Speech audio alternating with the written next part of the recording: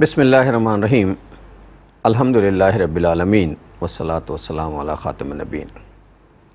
ناظرین محترم، السلام علیکم ورحمۃ اللہ وبرکاتہ۔ پروگرام سیرت النبی صلی اللہ علیہ وآلہ وسلم میں آپ کا خیر مقدم ہے۔ آپ کا میزبان ڈاکٹر محمود غزنوی اور ہمارے ساتھ ہمارے بہت ہی پسندیدہ اسکالر جناب شجاع الدین شیخ حاضر ہیں۔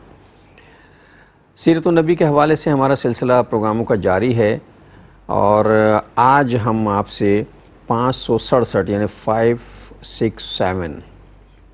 567واں ایپیسوڈ لے کر آئے ہیں۔ اب بتانے کا مقصد یہ نہیں کہ 567 ایپیسوڈ ہو گئے، بتانے کا مقصد یہ ہے کہ سیرت النبی ہماری زندگیوں پر اس قدر محیط یا اس کا احاطہ اتنا ہے کہ اگر ساری زندگی بھی ہم اس پر گفتگو کریں تو ختم ہونے والے ہیں، چونکہ یہ سیرت جو ہے قیامت تک کے لیے ہے، تو قیامت تک آنے والے لوگوں کے مسائل بھی دوسرے ہوں گے، ان کے مزاج بھی دوسرے ہوں گے، ان کے رویے بھی مختلف ہوں گے، تو ہر جگہ جو ہے قرآن اور سیرت جو ہے وہ ہماری رہنمائی کرتی ہے۔ اس حوالے سے یہ پروگرام تو جاری و ساری رہے گا۔ اور پچھلا پروگرام جو ہوا تھا وہ ایقان کے ایقان سے مراد تھا یقین محکم، کتنا یقین ہے۔ وہ مجھے ایک لطیفہ یاد آیا تو اس پہ میں گفتگو کروں کہ ایک مولوی صاحب جو ہیں ان کا کہنا تھا کہ اگر بسم اللہ کہہ کے پانی پہ قدم رکھا جائے تو پانی جو ہے وہ راستہ دے دیتا ہے۔ وہ مستقل جمعے میں بسم اللہ کی افادیت پر گفتگو کر رہے تھے اور اس میں کوئی شک نہیں کہ اللہ کے کلام میں بڑی طاقت بشرطیکہ کہ اس پر ہمارا ایقان اور یقین ہو۔ تو ایک دن مولوی صاحب کی ایک مقتدی نے دعوت کی کہ حضرت میرے گھر پہ کھانے پہ آئیے، تو جب وہاں پہنچے وہ ندی کے کنارے، ندی کا پارٹ بہت چوڑا تھا تو کشتی نہیں ملی، تو وہ کہنے لگا، وہ مقتدی کہنے لگا حضرت وہ بسم اللہ پڑھیے اور چلیے، کشتی کا کیا انتظار کر رہے ہیں؟ مولوی صاحب کہنے لگا پاگل ہو گئے ہو کیا، ڈبو گے؟ وہ کہنے لگا نہیں، میں تو ایسے ہی آتا جاتا ہوں۔ اس نے کہا بسم اللہ الرحمن الرحیم، وہ پانی پہ سفر کرتا وہ آگے چلا، اس کنارے پہ پہنچ کے لگے مولوی صاحب آ جائیں، کہنے لگے تم جا سکتے ہو، میں ڈوب جاؤں گا۔ وجہ کیا تھی؟ وجہ یہ تھی کہ جس کو بتا رہے تھے اس کا اس بات پر یقین ہو گیا تھا کہ ہاں یہ اللہ کا کلام ہے اور ایسا ہو سکتا ہے۔ مولوی صاحب مجھے مولوی صاحب کو خدا نخواستہ مذمت نہیں کر رہا، مولوی صاحب کے ایک کریکٹر ہے اس لیے بات کر رہا ہوں کہ ان کی گفتگو جو ہے وہ زبان تک تھی، دل تک نہیں ہوتی، تو ایقان کا تعلق جو ہے وہ دل کی گہرائیوں سے ہے۔ ورنہ حضرت عمر رضی اللہ تعالیٰ عنہ جو نیل کے نام خط لکھتے ہیں اور کہتے کہ نیل اگر اپنی مرضی سے بہتا ہے تو رک جا، تیری ضرورت نہیں ہے، اور اگر اللہ کی مرضی سے بہتا ہے تو بہنا شروع کر دے، اور نیل جو ہے خط دریا میں ڈالتے بہتا ہے اور آج تک بہہ رہا ہے۔ تو یہ ایقان کی بات ہے جس پر پچھلی مرتبہ گفتگو ہوئی تھی۔ شجاع صاحب کی طرف چلتے ہیں، تھوڑا سا ریکیپ لیتے ہیں۔ السلام علیکم۔ وعلیکم السلام ورحمۃ اللہ کیسے مزاج ہیں؟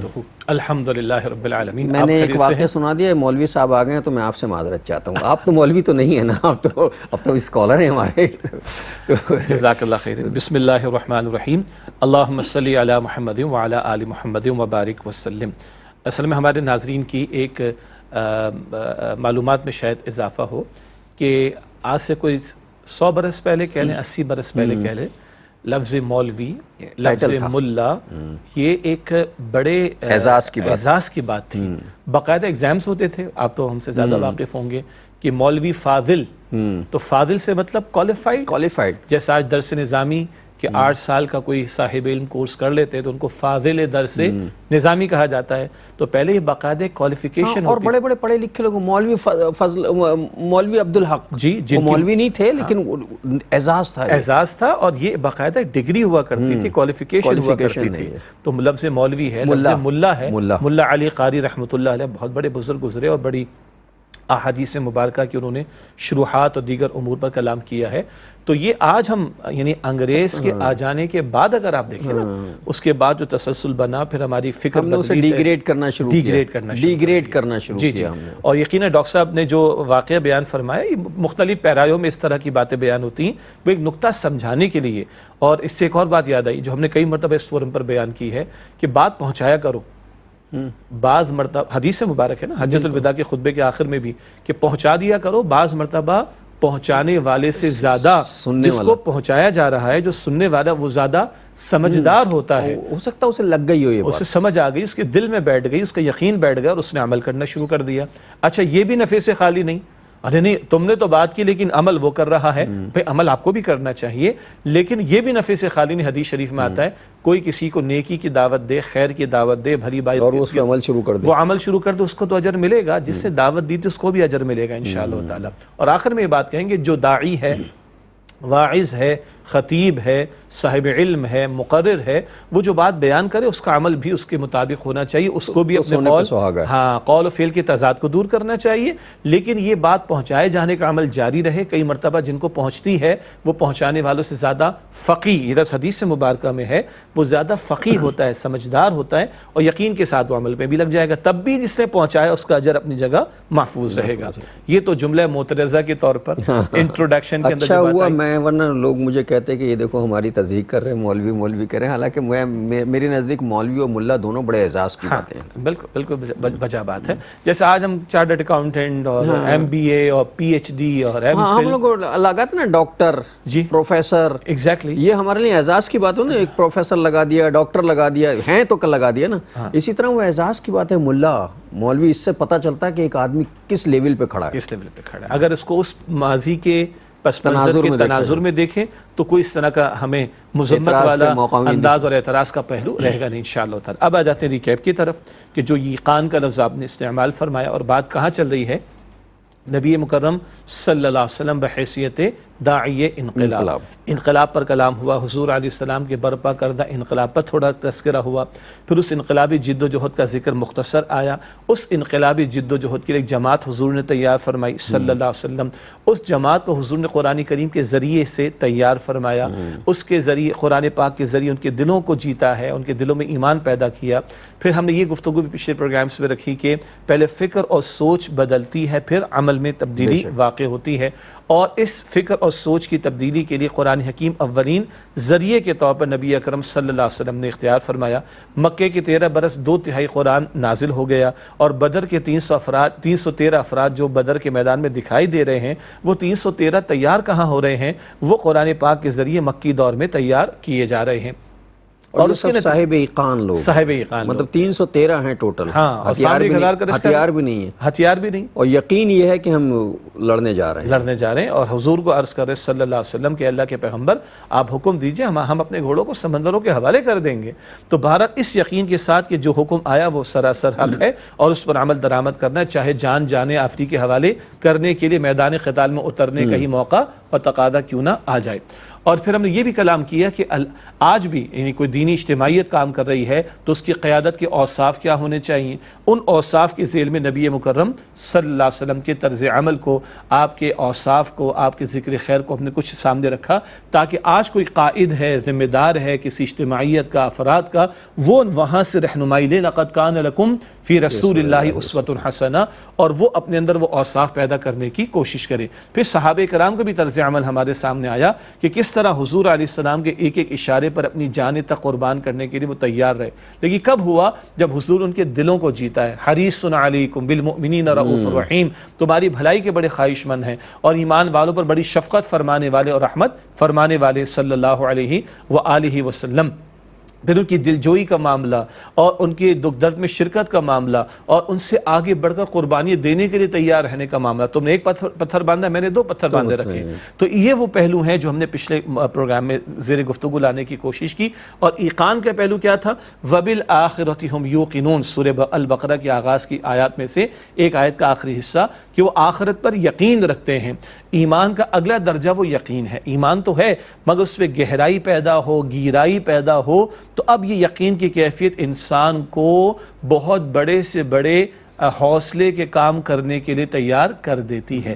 7 پردوں میں بھی وہ ہوگا تو گناہ سے اس لیے بچے گا کہ کوئی نہ دیکھے تو میرا رب دیکھ رہا ہے، اور میدان قتال میں کھڑا ہوگا جہاں جان جانے کا اندیشہ نہیں بلکہ جان جانے آفرین کے حضور پیش کرنے کا موقع ہوگا، تو وہ آگے بڑھ کر لپک کر جائے گا اور اپنے آپ کو پیش کر دے گا۔ یہ یقین کی وہ کیفیت ہے جو بندے کے عمل کو درست کرتی ہے۔ تو حاصل کلام فکر و سوچ کی تبدیلی، اس پر کلام ہوا۔ قرآن حکیم اولین ذریعہ دعوت کا، تربیت کا، تزکیے کا، اس حوالے سے کلام ہوا۔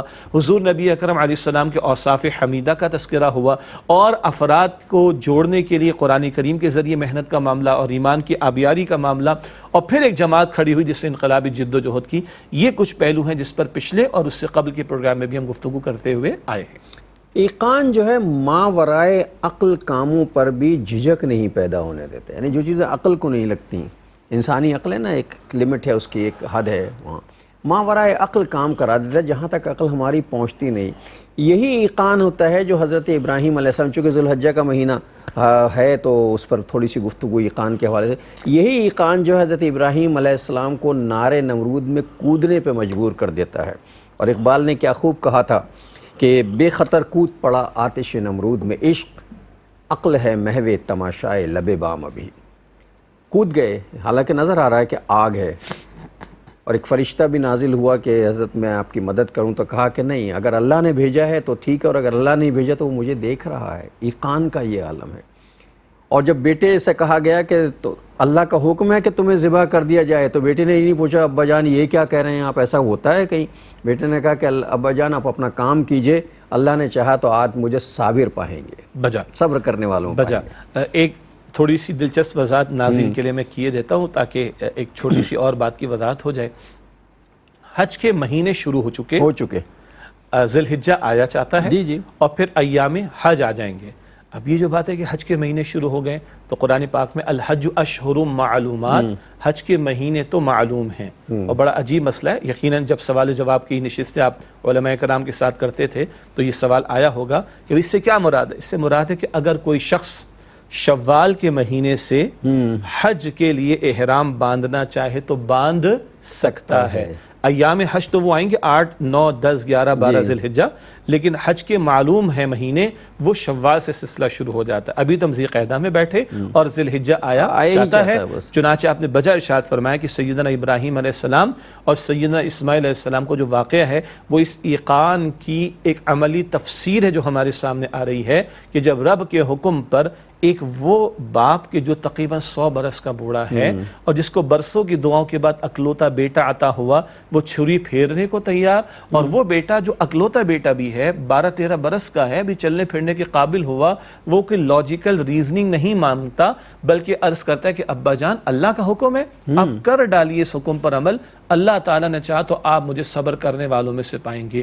کتنے آرام سے ہم نے اور آپ نے یہ بات بیان کر دی.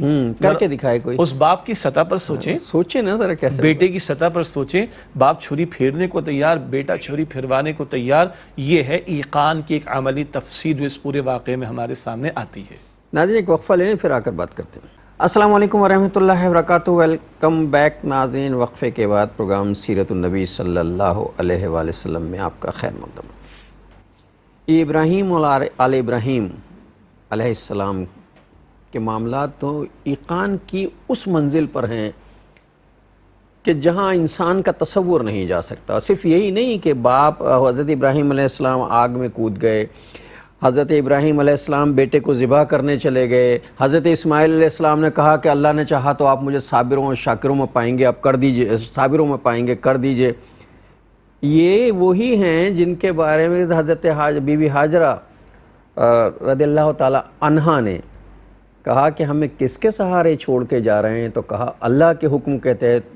تو خاتون ہونے کے ساتھ بھی ان کے ایقان کا یہ عالم تھا کہ اچھا اگر اللہ کا حکم ہے تو ہمیں چھوڑ کے چلے جائیے، وہ ہمیں ضائع نہیں کرے گا. جی، اور یہ کس موقع کی بات ہو رہی ہے جب بے آباد زمین مکہ مکرمہ خانہ کعبہ موجود ہے، مگر وہ بے آباد غیر ذی زرعین، سورہ ابراہیم کے الفاظ ہیں جہاں کوئی زراعت اور کچھ اگنے کا معاملہ نہیں. جب یہ بات ابراہیم علیہ السلام فرما رہے ہیں کہ اللہ کا حکم ہے، تو بی بی ہاجرہ علیہ السلام وہ کہتی ہیں کہ اب آپ چلے جائیے، اللہ تعالی ہمیں ضائع نہیں فرمائے گا. او بھائی، وہ ایک ماں ہے جس ماں کی گود میں دودھ پیتا بچہ موجود ہے، ماں کی محبت، ماں کی شفقت، اور بیٹا بھی وہ جو برسوں کی دعاؤں کے بعد ابھی پہلا اکلوتا بیٹا ملا ہے، اور ابھی تو یہ دودھ پیتے بچے ہیں اسماعیل علیہ السلام. تو اسماعیل علیہ السلام کا وہ شیخارگی کا جو معاملہ ہے، دودھ پینے کی مدت کا معاملہ، اس وقت کا یہ واقعہ ہے. اور یہ اللہ کی بندی کہتی کہ آپ چلے جائیے، اللہ تعالی ہمیں ضائع نہیں فرمائے گا. اچھا، اب کچھ کھجوریں ہیں، ایقان کا کیا منصب ہے. ہاں، کچھ کھجوریں ہیں اور کچھ پانی ہے، تھوڑی دیر میں کھجوریں ختم، تھوڑی دیر میں پانی ختم. اب کیا کریں؟ اللہ پر یقین تو ہے مگر اپنی سی سعی کی ہے.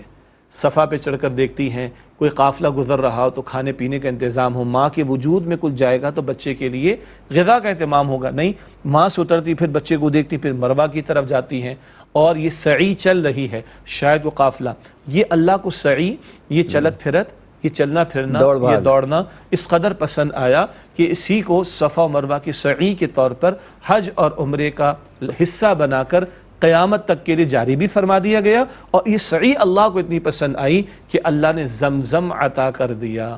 یقین اور ایقان کی کیفیت ہو اور اپنے بس میں جو ہو وہ بندہ کر لے تو پھر معجزات جنم لیتے ہیں، اور زمزم قیامت تک کے لیے وہاں پر جاری کر دیا گیا. ایک بچے کی پیاس بجھانے کے لیے ماں نے جو جد و جہد کی ہے وہ اس کے بغیر اب حج نہیں ہوتا. وہ نہیں کرو گے تو حج نہیں ہوگا. اللہ کے اپنے بندوں کے مشاغل کو جو پسند کر لے، کبھی کوششوں کو جو پسند کر لے تو پھر اسے فار ایور کر دیتا ہے. بڑا رحیم و کریم. یہ نہیں کرو گے تو حج نہیں ہوگا. اور پھر ایک بچے کے لیے جو زمزم جاری کیا اسے قیامت تک کے لوگوں کے لیے آب شفا بنا دیا کہ یہ ہمارے بندے کے پیروں کی رگڑ سے پیدا ہوا ہے، اللہ کے حکم سے پیدا ہوا، پیروں کی رگڑ سے پیدا ہوا، یہ ہم اسے شفا ڈال دیں گے. یہ اللہ کی محبت ہے اپنے بندوں کے ساتھ، بشرطے کہ وہ بندے اللہ سے محبت کرنے والے ہوں. اس میں ایک اور وضاحت بھی یہاں پر مناسب رہے گی، بخاری شریف میں بھی کہ اللہ تعالیٰ نے جبریل امین تک کو بھیجا علیہ السلام، اور انہوں نے اپنا پر مارا ہے وہاں پر. ان کے قدموں کے پاس، حضرت اسماعیل علیہ السلام کے قدموں کے پاس ہی جاری ہوا. تو وہ ماں کی ادا اللہ کو اس قدر پسند کہ قیامت تک وہ سعی صفا مروہ کی جاری، اور اللہ نے جبریل امین کو بھیجا اور انہوں نے پر مارا ہے تو وہاں سے قیامت تک کے لیے یہ زمزم کا پانی جاری کر دیا گیا. یعنی یہ بڑی اچھی بات ہے کہ ابھی ذی قعدہ کا اختتام ذی الحجہ آیا چاہتا ہے، اور یہ گفتگو ہماری گفتگو میں نیچرلی ایقان کے موضوع کے تحت آ گئی. جب اللہ پر توکل اور یقین کی یہ کیفیات ہوتی ہیں تو اللہ کس طرح اپنے بندوں کا ذکر خیر قیامت تک کے لیے جاری فرما دیتا ہے، اور ان کی اداؤں کو کیسے اللہ محفوظ فرما دیتا ہے. ان کا ذکر عبادت بن گیا. بالکل بالکل. یعنی یہ قرآن میں ساری چیزیں موجود ہیں نا. قرآن پڑھنا عبادت ہے. جی. یہ نماز میں بھی ہم پڑھتے ہیں عبادت ہے، یعنی ان کا ذکر جو ہے عبادت میں ڈل گیا. درود ابراہیمی میں کیا ہے؟ درود ابراہیمی کو درود ابراہیمی اسی لیے کہتے ہیں کہ ابراہیم اور آل ابراہیم علیہ السلام کا ذکر اس میں آ گیا. قیامت تک کے لیے ذکر جاری رہے گا. قربانی کو وَتَرَكْنَا عَلَيْهِ فِي الْآخِرِينَ قرآن پاک کہتے ہیں قیامت تک کے لیے جاری کر دیا بعد والوں میں. سعی کو عمل کو قیامت تک کے لیے جاری کر دیا. یہ شفا کے لیے پانی اور دیگر امور اور برکتوں کے لیے پانی ہے، قیامت تک کے لیے اللہ تعالیٰ نے جاری فرما دیا. یہ وہ یقین رکھنے والوں کا گھرانہ، اس گھرانے کے افراد کی ادائیں اور ان سے منسلک معاملات قیامت تک کے لیے اللہ تعالیٰ نے محفوظ بھی فرما دیے، جاری بھی فرما دی، ان کا فیض بھی عام فرما دیا. یہ اس ایقان اور یقین کی برکات ہیں اگر کوئی سمجھنا چاہے تو. یہ آج ہماری کمی ہے کہ یقین کا معاملہ، اللہ کی ذات پر یقین پیدا کر اے ناداں، کہ یقین سے ہاتھ آتی ہے وہ درویشی کی جس کے سامنے جھکتی ہے فغفوری. اللہ اکبر. اقبال پتہ نہیں کس گوشے میں جا کر یہ بات کہہ رہا ہے کہ یقین کی کیفیت اور بندہ درویشی اختیار کرے تو وہ فغفوری کی جو غفار ذات ہے اللہ تعالیٰ کی، اس کی رحمت ہی رحمت ان کا نزول ہوتا ہے. یقین محکم عمل پہم محبت فاتح عالم. جہاد زندگانی میں یہ ہے مردوں کی شمشیر. یہ حضرت ابراہیم علیہ السلام اور ان کا یہ پورا گھرانہ، یہ خاندان، اس کی ساری ادائیں جو ہیں، اس کے سارے اعمال جو ہیں وہ اللہ نے عبادت بنا دیے. باپ نے قربانی دینے کا فیصلہ کیا، بیٹے نے قربان ہونے کا فیصلہ کیا، دونوں عبادت ہو گئے. راستے میں شیطان رکاوٹ بننے کی کوشش کی، بیٹے نے کنکر مارے، عبادت بن گئی. یہ کنکر مارو گے تو حج ہوگا، نہیں مارو گے تو کمی رہ جائے گی، دم دینا پڑ جائے گا. بالکل. مارو گے تو پیر رگڑے، حضرت جبرائیل کو بھیج دیا، پر مارو پانی پیدا کر دو. وہ چشمہ آب زمزم بن گیا، آب شفا بن گیا. حضرت ابراہیم علیہ السلام کے گھرانے کی ایک ایک ادا، ان کے بچے کی ادا، ان کی اہلیہ کی ادا، ان کی ادا سارے کے سارے حج کے مناسک میں ڈل گئی ہے. تو یہ ہے وہ ایقان کہ جب اللہ جب بندہ اللہ کا ہو جاتا ہے تو اللہ اس کے ہاتھ بن جاتا ہے، اس کے پیر بن جاتا ہے، اس کے آنکھیں بن جاتا ہے جس سے وہ دیکھتا ہے. اب یہ تفصیل طلب حدیث ہے اور اس کی تھوڑی سی وضاحت ضروری ہوگی. بخاری شریف میں اور احادیث کی دیگر کتب میں حدیث مبارک موجود ہے کہ بندہ جن اعمال کے ذریعے اللہ تعالیٰ کے قریب ہوتا ہے وہ فرائض ہیں. اللہ فرماتے ہیں حدیث قدسی، جو میں نے فرائض اس پر عائد کیے. یعنی قرب الہی کا آغاز کس چیز سے ہے؟ فرائض کی ادائیگی سے. فرائض پہلے ہیں اور فرض سے نماز نہیں ہے. فرائض کی طویل لسٹ ہے جن کے احکامات عطا کر دیے گئے. اور پھر حدیث مبارک میں آتا ہے، اللہ فرماتا ہے میرا بندہ مجھ سے قریب ہوتا چلا جاتا ہے، ہوتا چلا جاتا ہے، ہوتا چلا جاتا ہے نوافل کے ذریعے، یہاں تک کہ میں اس کا ہاتھ بن جاتا ہوں جس سے وہ پکڑتا ہے، کان بن جاتا ہوں جس سے وہ سنتا ہے، آنکھ بن جاتا ہوں جس سے وہ دیکھتا ہے، پیر بن جاتا ہوں جس سے وہ چلتا ہے۔ حدیث مبارک مکمل۔ پہلی بات، فرائض کی پابندی پہلے ہے اگر اللہ کا قرب چاہیے۔ یہ جو ہمارے یہاں ہو جاتا ہے نا، فرائض میں تو ڈنڈیاں، نمازیں ہو رہی ہیں ضائع، زکوٰۃ میں باری جاری ہے ڈنڈی، اور کچھ نفل عبادات انجام دے کر سال میں 2-3 مرتبہ مطمئن ہو جاتے ہیں۔ یہ بات بالکل غلط ہے۔ فرائض کی ادائیگی پہلے ہے، حرام سے بچنا پہلے ہے۔ یہ ہے قرب الہی کا آغاز۔ البتہ بندہ قریب ہوتا چلا جاتا، اللہ سبحانہ وتعالیٰ فرما رہا ہے نوافل کے ذریعے، تو فرائض کافی نہیں، نوافل کی بھی ضرورت۔ اور جب قرب ملتا ہے بندے کو تو اب اللہ فرماتا ہے اس کی برکات کیا ہیں کہ میں اس کی آنکھ بنتا ہوں جس سے وہ دیکھتا ہے، کان بنتا ہوں جس سے وہ سنتا ہے، ہاتھ بنتا ہوں جس سے وہ پکڑتا ہے، پیر بنتا ہوں جس سے وہ چلتا ہے۔ کیا مطلب ہے؟ اس بندے کو اللہ تعالیٰ کی نصرت اور تائید حاصل ہو جاتی ہے۔ خیر کے کاموں میں آگے بڑھنا اللہ تعالیٰ اس کے لیے آسان فرما دیتا ہے، گناہوں سے بچنا اللہ تعالیٰ اس کے لیے آسان فرما دیتا ہے، تو اس کی زندگی رب چاہی زندگی ہو جائے گی، رب کی رضا والی زندگی ہو جائے گی۔ یہ اس کا مطلب ہے کہ اب اس کا ہاتھ بھی اللہ کی اطاعت میں۔ وہ کہنا کہ ایک حدیث مبارکہ مفہوم یہ بھی کہ مومن کی بصیرت سے ڈرو، وہ اللہ کی آنکھ سے دیکھتا ہے، ہاں، اللہ کے نور سے دیکھتا ہے، اللہ کے نور سے دیکھتا ہے۔ جی جی، مراد ہے کہ اس کے فہم میں، اس کی فراست میں اللہ تعالیٰ کی نصرت اور تائید شامل ہو جاتی ہے، تو اس کی فراست سے جو ہے، اس کی جو بصیرت اس کو اللہ نے عطا فرمائی، اس سے تم چوکندے رہو۔ اس کو اور آگے بڑھا لیجئے، جو اللہ، حدیث مبارک ہے بخاری شریف میں کہ جس نے کسی میرے ولی سے دشمنی اختیار کی، اس کے خلاف میرا اعلان جنگ ہے۔ قرآن کریم میں اعلان جنگ کن کے لیے ہے؟ سود خوروں کے لیے، سودی معاملات چلانے والوں کے لیے۔ یہ بخاری شریف کی حدیث ہے۔ اللہ کے رسول علیہ السلام نے فرمایا، اللہ تعالیٰ فرماتا ہے جس سے میرے ولی سے، میرے دوست سے دشمنی اختیار کی، اس کے خلاف میرا اعلان جنگ ہے۔ اور دنیا کی تاریخ بھری ہوئی ہے، اللہ کے انبیاء تک کے ساتھ لوگوں نے معاملات ظلم و ستم کے کیے، اللہ کے اولیاء کے ساتھ، اللہ کے نیک بندوں کے ساتھ معاملات ظلم و ستم کے کیے۔ اللہ نے قوموں کو مٹایا ہے، پیغمبروں کی گستاخیاں کرنے پر قوموں کو اللہ نے مٹایا ہے، ایمان والوں پر ظلم و ستم کے پہاڑ توڑنے والوں کو دنیا میں بھی اللہ نے عذاب میں مبتلا کیا ہے۔ البتہ سب سے بڑی پکڑ اور عذاب کہاں ہے ان کے لیے؟ آخرت میں۔ یہ دلجوئی اللہ ایمان والوں کی فرماتا ہے، جن پر کبھی زندگی تنگ کی جاتی ہے، کبھی کلمہ پڑھنے کی بنیاد پر ان کو شہید کیا جاتا ہے، کبھی مسلمانوں والے نام رکھ لے ہیں مسلمان لیکن بس نام کے مسلمان، ان کی ایتھنک کلینزنگ کی جاتی ہے۔ بوسنیا کے اندر، ہارٹ آف دا یورپ میں مسلمانوں کی نسل کشی کی گئی، اور وہ کہتے تھے ہم تو نام کے مسلمان ہیں، مگر اس پر ان کی ایتھنک کلینزنگ کی گئی اور ہارٹ آف دا یورپ میں ان کی پوری نسل کشی کرنے کی کوشش کی گئی۔ بہرحال اللہ تو ان ظالموں کو نہیں چھوڑے گا، لیکن وہ ختم نہیں ہو سکے۔ آج بھی بوسنیا کے بڑے پیارے نوجوانوں کو ہم حرمین شریفین میں دیکھتے ہیں، اللہ دل خوش ہوتا ہے، قرآن پاک کی تلاوت کر رہے ہوتے ہیں، بڑے نورانی ان کے چہرے ہوا کرتے ہیں، الحمدللہ۔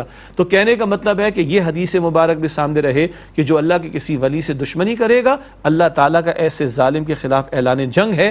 گویا اہل ایمان کو تسلی رکھنی چاہیے، اگر آج ظلم و ستم کے پہاڑ توڑے جا رہے ہیں، اللہ تعالیٰ ان ظالموں سے بالآخر نمٹ لے گا۔ جو فرائض کے ذریعے، عبادات کے ذریعے، اللہ کے احکامات پر عمل کے ذریعے اللہ تعالیٰ ہم سب کو توفیق عطا فرمائے ان سب کاموں کی، اللہ سے قریب ہو جاتے ہیں، اللہ کے محبوب ترین بندے بن جاتے ہیں، پھر ان کے ساتھ اللہ کا معاملہ بھی دوسری نوعیت کا ہو جاتا ہے۔ یعنی یہ وہ لوگ ہوتے ہیں جو کبھی اللہ کے کسی بات پہ اللہ کے نام کی قسم کھا بیٹھے ہیں تو اللہ ان کی قسم پوری کر دیتا ہے۔ یہ اس قدر پیاری بات ہے ڈاکٹر صاحب، بڑے پیارے لوگ ہوتے ہیں، کمال کے بڑے لوگ پیارے لوگ ہیں جن کے بارے میں یہ بشارت ہے احادیث مبارکہ میں۔ حضور فرماتے علیہ السلام، اللہ کے کچھ بندے ایسے ہیں اگر کہیں بات کرے تو ان کی بات کو توجہ نہ دی جائے، کہیں نکاح کا پیغام بھیجیں تو رشتہ نہ دیں، مگر اللہ تعالیٰ کے ہاں ایسے بندوں کی یہ حیثیت ہے کہ اگر کسی معاملے پر بھولے سے قسم اٹھا لیں تو اللہ تعالیٰ ان کی قسم کی لاج رکھتا ہے اور وہ معاملہ ویسا ہی فرما دیتا ہے جیسے ان کی زبان سے بات جاری ہوئی تھی۔ اب یہ کون ہوتے ہیں؟ یہ وہ ہیں جن پہ ہمیں رشک آنا چاہیے کہ لوگ ان کی بات کو ویٹیج نہ دیں، لوگ مجذوب ہوتے ہیں جو اللہ کی محبت میں جذب ہو جاتے ہیں، اور لوگ ان کو بڑا عجیب انداز سے دیکھتے ہیں، پاگل کہتے ہیں، دیوانہ کہتے ہیں۔ اور پھر مجھے یاد ہے کہ ذکر کے بارے میں آیا نا کہ ذکر اللہ کا اتنا کرو کہ لوگ تمہیں دیوانہ کہنے لگے۔ جیسے یہ بات ہم نے کئی مرتبہ اس فورم پر، اس حدیث مبارک پر کلام کیا کہ جن کی عقل معوف ہو جاتی ہے، اللہ تعالیٰ ان کے لیے بھی آسانی کرے، دھتکارنا نہیں چاہیے جی، پتہ نہیں کس کے ساتھ کیا نفسیاتی دیگر امراض اور دیگر مسائل ہوں، تو جن کی عقل معوف ہو جاتی ہے وہ بڑبڑاتے زیادہ ہیں، وہ بولتے زیادہ ہیں، ہر وقت بولتے ہی رہتے ہیں۔ حدیث مبارک میں آیا اللہ تعالیٰ کا ذکر اتنی کثرت سے کرو کہ لوگ تمہیں دیوانہ سمجھنے لگے، تو یہ اللہ کی محبت میں دیوانے ہو جاؤ، یہ سکھایا جا رہا ہے۔ اب یہاں سے پورا طویل فلسفہ نہ شروع ہو جائے۔ حج نام کس چیز کا ہے؟ دیوانگی کا نام، دیوانگی کا نام، پاگل پن کا نام۔ معاف کیجیے، عجیب لگے گا یہ جملہ اچھا نہیں لگا ہوگا آپ کو، پاگل پن کا نام ایک دیوانگی ہے نا، دیوانگی پاگل پن کو کہتے ہیں۔ ایک پتھر کے گھر کے گرد گھوم رہے ہیں اور لوگ اس پہ اعتراض بھی، جو اہل ایمان نہیں ہے اعتراض بھی کرتے یار تم بھی تو پتھر کے گرد گھومتے ہو۔ ایک وقفہ لے لیں پھر اس پہ بات کرتے ہیں آگے۔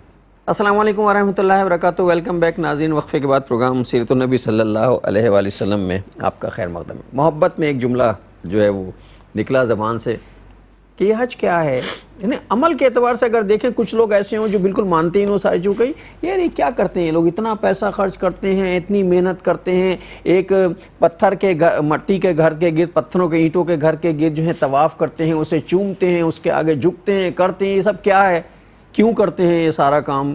اپنا مال بھی لگاتے ہیں، اپنی جان بھی اس میں ڈال دیتے ہیں، جوکھوں میں ڈال دیتے ہیں اور حج کرنے جاتے ہیں، خوش ہوتے ہیں اس پر۔ جی اس کو تھوڑا سا میں آپ کی اجازت سے ناظرین توجہ رہے، بہت لطف آئے گا انشاءاللہ تعالی۔ ہم نے بھی کسی سے کو پڑھا، کسی سے سیکھا تو بڑا لطف آیا۔ لاکھوں روپے خرچ کر کے بندہ جاتا ہے اور مردوں کا لباس کیا ہے؟ دو بغیر سیدھی چادریں۔ وہ جو لاکھوں کے پیکیج پہ جا رہا ہے، لاکھوں خرچ کر کے جا رہا ہے، وہ بہترین لباس بھی تو نہیں، بالکل دیوانے بن کر آ جاؤ۔ اچھا اللہ تعالیٰ کے گھر کا طواف ہو رہا ہے، آج کسی کے گھر کے باہر کوئی دو چار چکر لگائے تو لوگ کہتے ہیں ریکی کر رہا ہے نا، اچھے انداز سے نہیں دیکھا جاتا۔ کیوں آئے؟ اچھا، اور یہاں تو لاکھوں لوگ اللہ کے گھر کا طواف کریں گے دیوانہ وار، کیا ہو گیا ان کو بھائی؟ گول چکر لگائے جا رہے، گول چکر لگائے جا رہے ہیں، ہو جائے۔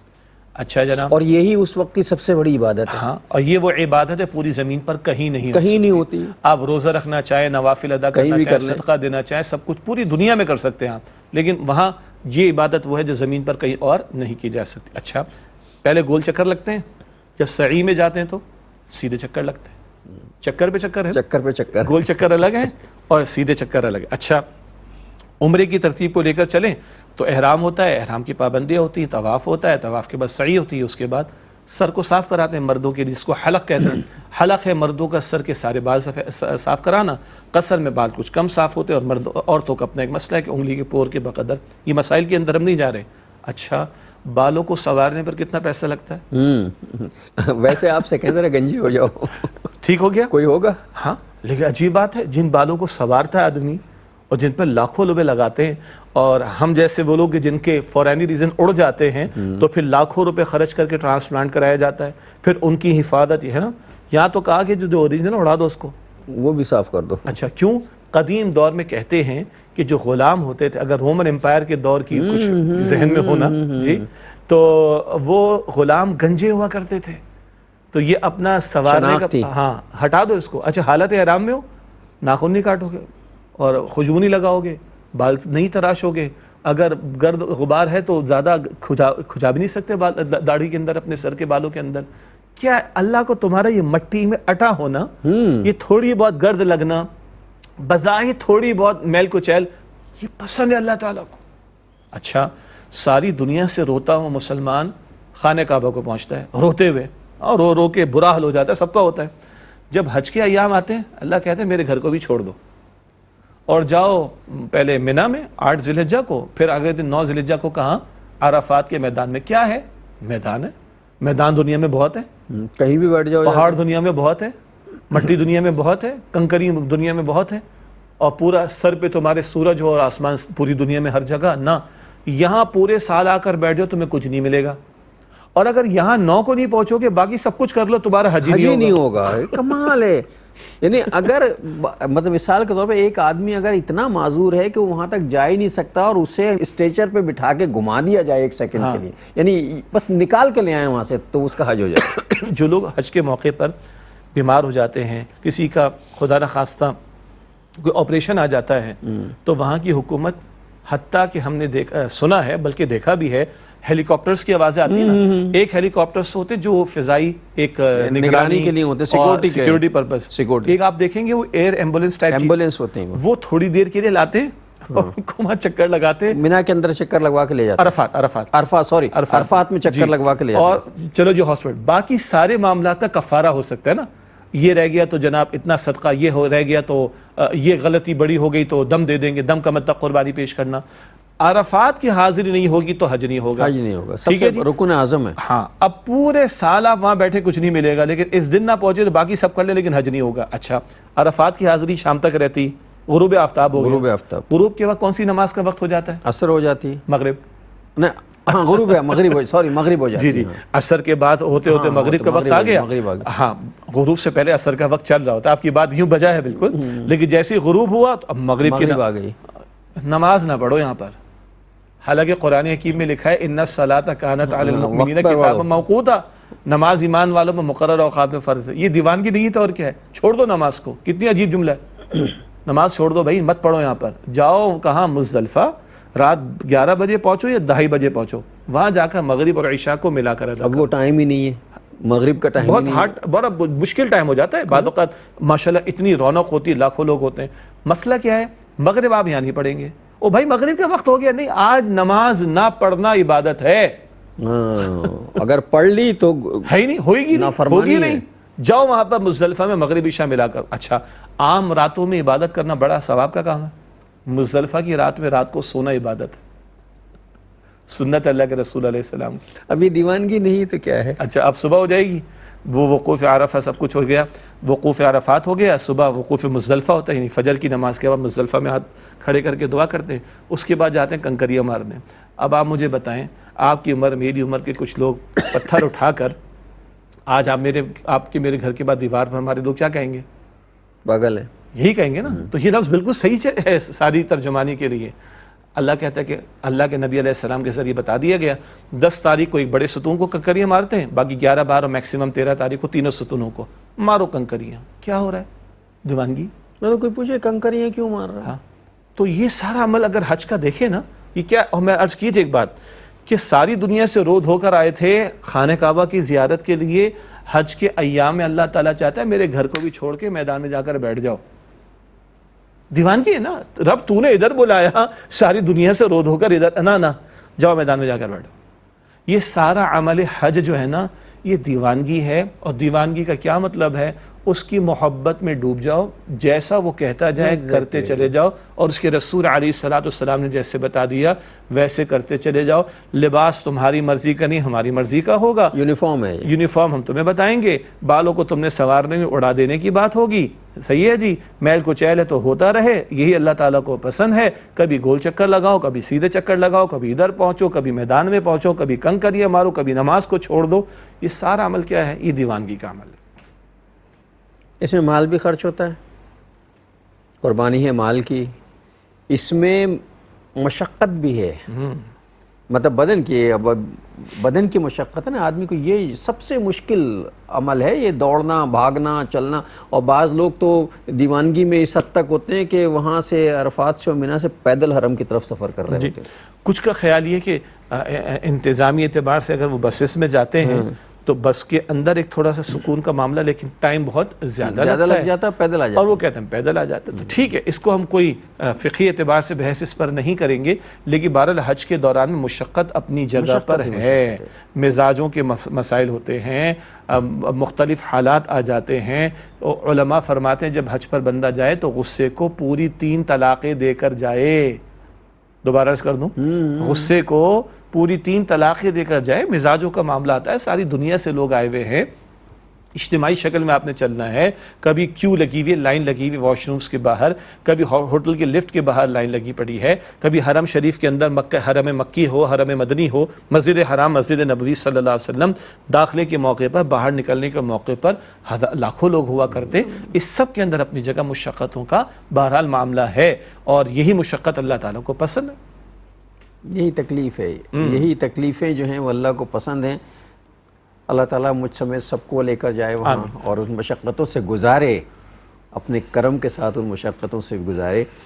تو بہرحال یہ حج کا معاملہ ہے، اور یہ گفتگو اس بات میں کہ ایقان جو ہے وہ بنیادی چیز ہے، ہمارا یقین کس بات پر کہ ہمارے رب کو یہ پسند ہے، اس لیے ہمیں یہ کرنا ہے. ورنہ کون اب کوئی نہیں یہیں بیٹھ کے، اب تو ہمارے یہاں اللہ معاف کرے قربانی کے معاملے میں بھی ہم نے ایک عجیب و غریب طریقہ اختیار کر لیا ہے، اور یہ اجتماعی اور حصے والی قربانی ہونا کا تو ایک بالکل شرعی و فقہی معاملہ ہے، لیکن ہم نے جو ایک طریقہ اختیار کیا اب تو کمرشلائز ہو گئی نا قربانی، کہ ایک کمپنیز اور وہ بن گئی ہیں، کچھ کمرشل ادارے بن گئے ہیں، وہ کہتے ہیں جی بس آپ ہمیں آن لائن بک کرا دیجیے، آپ کی قربانی ہو گئی.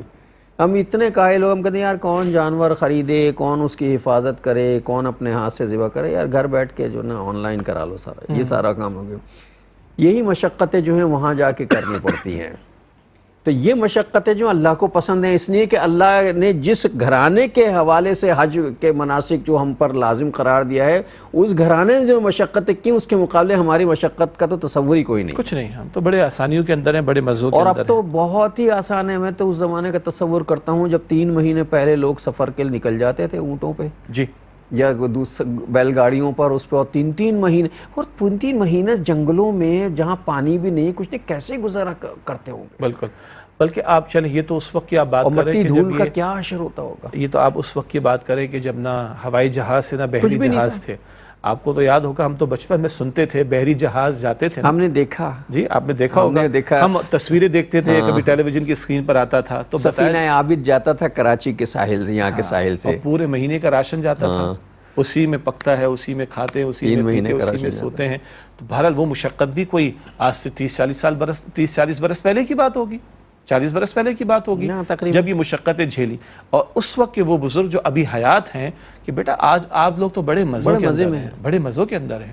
ہر وقت آپ کو پانی کیا، ہر وقت آپ کو وہ جوسز اویلیبل ہے، لبن وہ دہی اویلیبل ہے، لسی اویلیبل ہے، کھانا پینا، وہاں تقسیم کرنے والے بھی بہت. اچھا جہاز سے جاتے ہیں تو چند گھنٹے میں پہنچ جاتے ہیں. جب مجھے یاد ہے بچپن میں ہم نے دیکھا، ہم کسی کو چھوڑنے گئے تھے تو یہاں حج پہ سفینہ عابد تھا، مطلب ایک محفل سجی ہوئی تھی وہاں، درود و سلام ہو رہا تھا، سفینہ حاج جو ہیں اس پہ جا رہے تھے، اور راشن جو ہے وہ عرشوں پہ لادا جا رہا تھا.